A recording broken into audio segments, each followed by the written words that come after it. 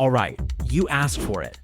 So today, we're finally giving Deinosuchus the habitat it deserves. And I wanted to build something that actually feels like a place this massive crocodile could call home. So we're going all in.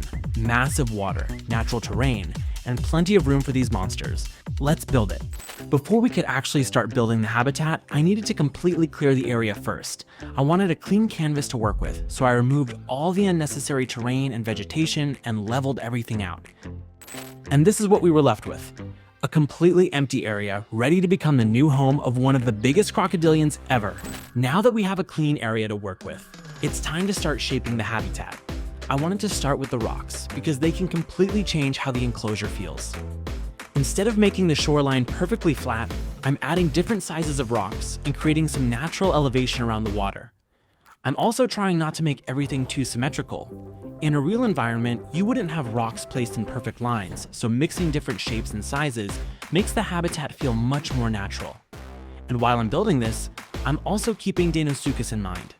These animals were absolutely massive, with estimates putting Deinosuchus at around 10 meters long or potentially even more depending on the specimen and estimate. So I definitely don't want this to feel like a tiny crocodile enclosure. I'm leaving plenty of open space around the water and making the shoreline wide enough to give these animals room to move around. Once the basic shape starts coming together, I'm adding the fencing around the outside. And this is where I started realizing just how huge this habitat was going to be. The fence doesn't just keep the dinosaurs inside, it also helps define the entire shape of the enclosure and gives me a better idea of where I can add the water, vegetation, and other details later. At this point, it's still pretty rough, but we finally have the basic structure of the habitat in place. And now we can start making it actually look like a home for Deinosuchus. Now that the basic structure is finally in place, I can actually start turning this empty space into a proper Deinosuchus habitat. For the first section, I wanted to keep things a little more balanced between land and water. I'm starting with the terrain, adding different heights and slopes, and then slowly filling the area with trees, vegetation, and smaller environmental details. One thing I really don't want is for this to look like I just dropped a giant fence in the middle of the map and called it a habitat. I want the environment itself to feel like it belongs here.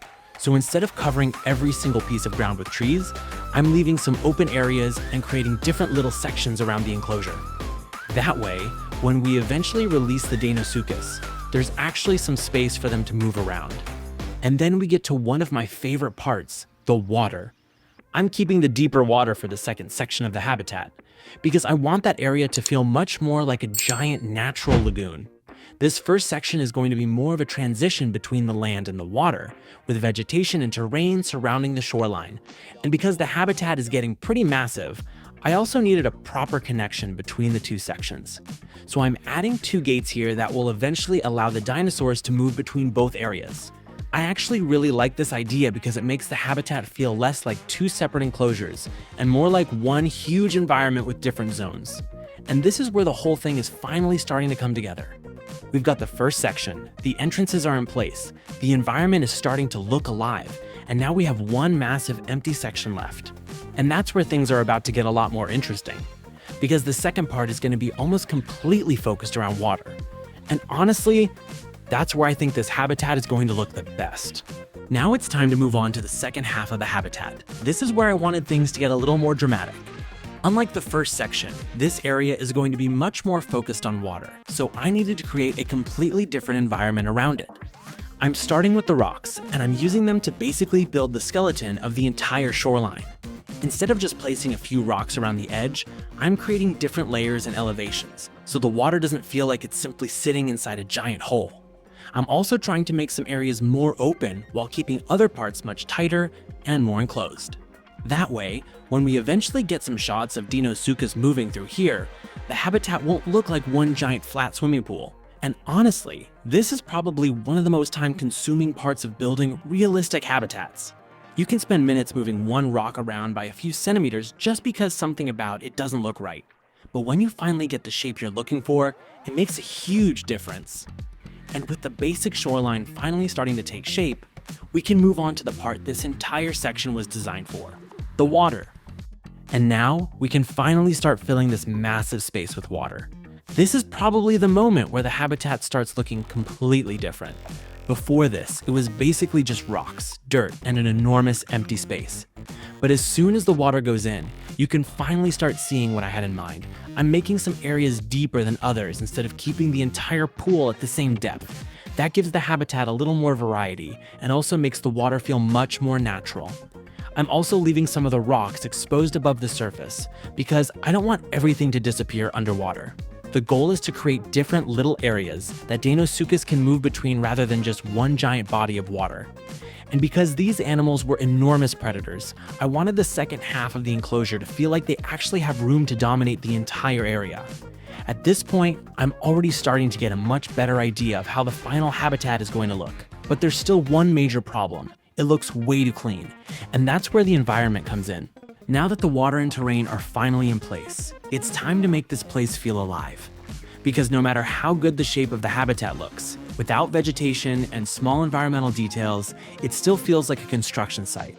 So I'm starting to add trees around the edges, leaving some areas more open while making other sections much denser.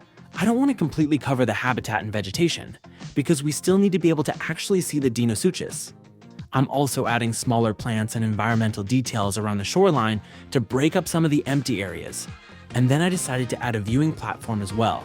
I really wanted there to be a place where you could actually stand and watch these massive crocodilians without just looking at them through a fence. And this is where I started paying attention to the little details. Things like where the trees are placed, how the rocks connect to the water, and even how much of the habitat you can see from the viewing area. Those small details might not seem important individually, but together they make the whole enclosure feel much more believable. And honestly, we're getting pretty close now. The habitat finally has its shape, the water is in, the environment is starting to look alive. Now we just need to see what this place looks like with the actual residents inside. And finally, after all that building, it's time for the moment we've been waiting for. Let's see what Deinosuchus thinks of its new home. And honestly, seeing this massive thing walk into the habitat makes all the work completely worth it.